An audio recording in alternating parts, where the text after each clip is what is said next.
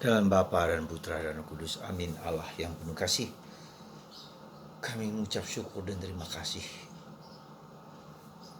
karena Allah adalah Bapa yang penuh kasih, penuh pengampun, penuh kerahiman, penuh kebaikan.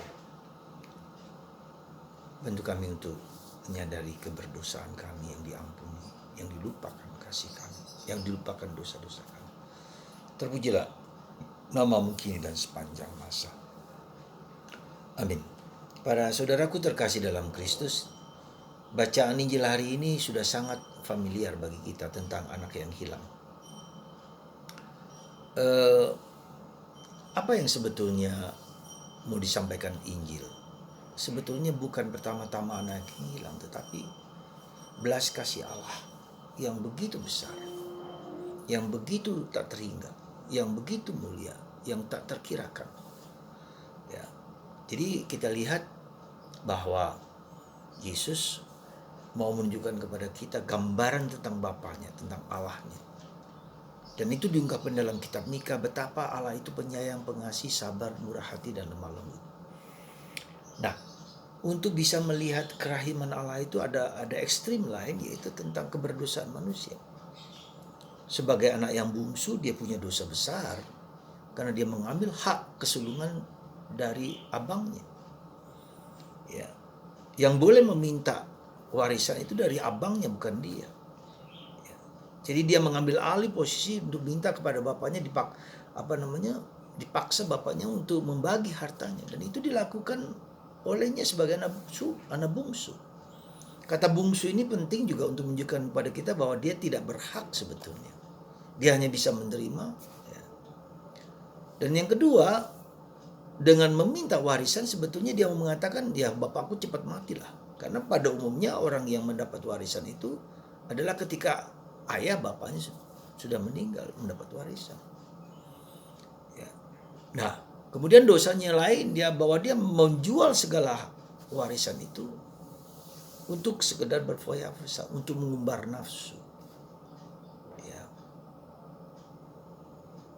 Jadi itu yang kita bisa lihat, kita bisa alami, dan ketika kemudian dia mengumbar nafsu dan menghabiskan semua hartanya, ya, jadi begitu besar dosa itu, ya, tak terkira, tak terhingga dan segala macam, tetapi Bapa tetap menerima dia.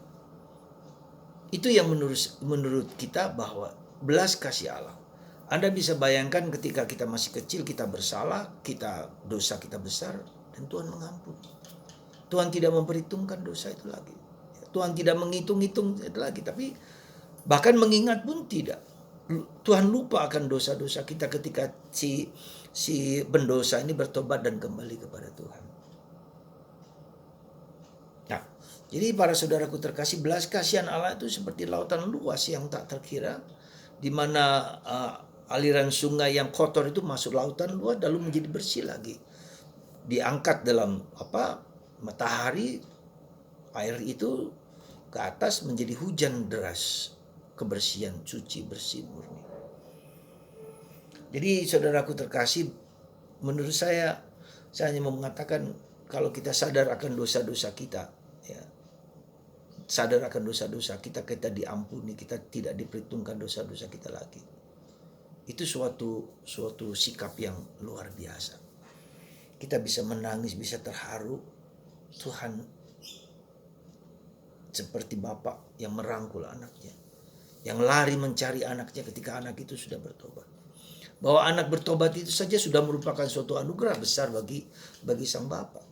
Karena bukan yang mustahil, bukan yang gampang untuk bertobat, sadar akan pertobatan, bukan yang gampang. Ya.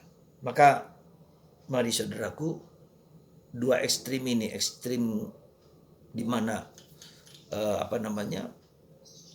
menyadari kebesaran dosa kita.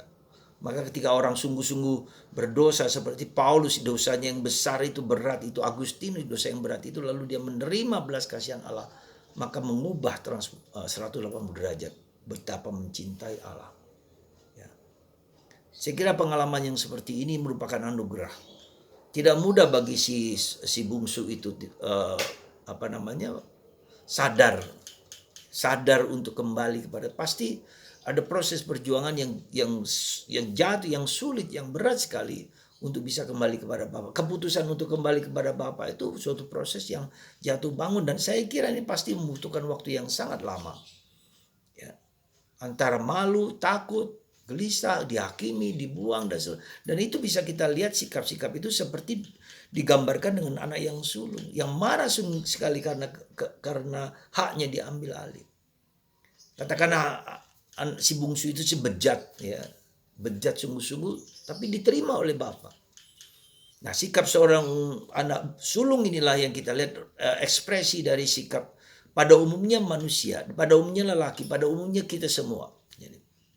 Jadi saudaraku terkasih dalam Kristus, di masa Prapaskah ini kita tidak cukup hanya melihat dosa-dosa kita. Kita tidak cukup hanya melihat betapa besar dosa-dosa kita, tapi melihat kerahiman Allah. Ketika kita hanya melihat dosa-dosa kita, itu hanya melihat sisi-sisi yang berat sekali bagi kita untuk menjalani segala sesuatu. Tapi ketika kita melihat kerahiman Allah yang besar, ya kita lihat dalam divine mercy, ya, kerahiman Allah, wajah Allah yang memancar dari hati Yesus, yang memancar itu, wajahnya yang berkilau-kilauan. Kalau kita lihat lukisan kerahiman ilahi, itulah saudaraku terkasih, antara anak yang hilang ini dengan kerahiman ilahi yang tanpa batas yang kita punyai dalam diri Bapa. Sekali lagi mari kita bersujud datang kepada Bapa, sujud, menyembah, merangkul, menerima, memberikan diri kita, dan membiarkan Tuhan mengubah diri kita, mengizinkan Tuhan mengubah diri kita. Dan itu butuh waktu yang panjang, butuh waktu yang lama. Semoga di masa Prapaskah ini mata batin kita memandang kerahiman Allah yang besar, dan juga memandang dosa kita yang besar juga, dan mengizinkan Tuhan untuk mengubah diri kita. Kita tidak mampu dan tidak bisa mengubah diri kita sedemikian rupa kecuali berkat rahmat dan bantuan Tuhan Roh Kudus.